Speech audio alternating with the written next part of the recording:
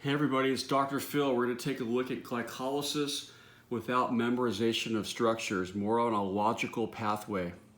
So basically, we're going to have three fates of glucose 6-phosphate. You bring it into the cell and you phosphorylate it, giving it negative charge. You trap it inside the cell.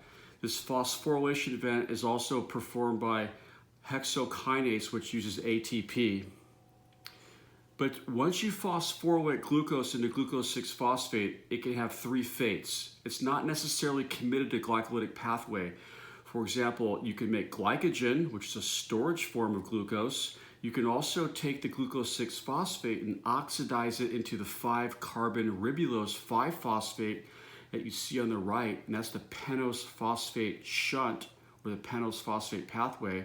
And you can also take glucose 6-phosphate, isomerize it into fructose 6-phosphate, and then you have phosphofructokinase will generate fructose 1,6-biphosphate in a PFK ATP dependent manner.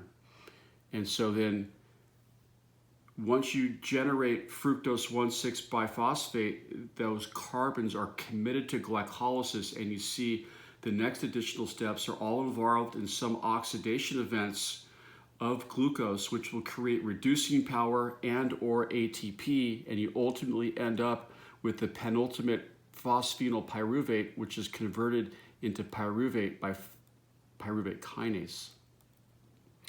So here's some key points. It's an anaerobic process, which gets into the answer to the question we posed. It's cytoplasmic. You partially oxidize glucose because complete oxidation is generating CO2.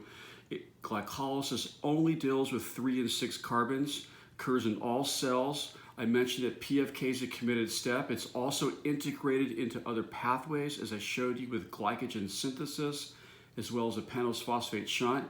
And the net reaction you should memorize. You convert glucose into pyruvate, and you also convert oxidized NAD into NADH, and you make some ATP. And so what happens to the pyruvate? Well, if you do not have any oxygen, what's going to happen is that you're going to convert it into lactate in normal cells. We see that the Warburg effect is slightly different. And then if you have oxygen, you put it into the mitochondria, where the pyruvate dehydrogenase complex will oxidize it into acetyl-CoA. And then now it's going to be a TCA substrate where you can generate fat from citrate, or in some cases, what you can do is you can oxidize the 2-carbon equivalents of acetyl-CoA into carbon dioxide, making lots of reducing power in the Krebs cycle, and then you can make ATP from electron transport. So that's in a nutshell, glycolysis and the fate of pyruvate.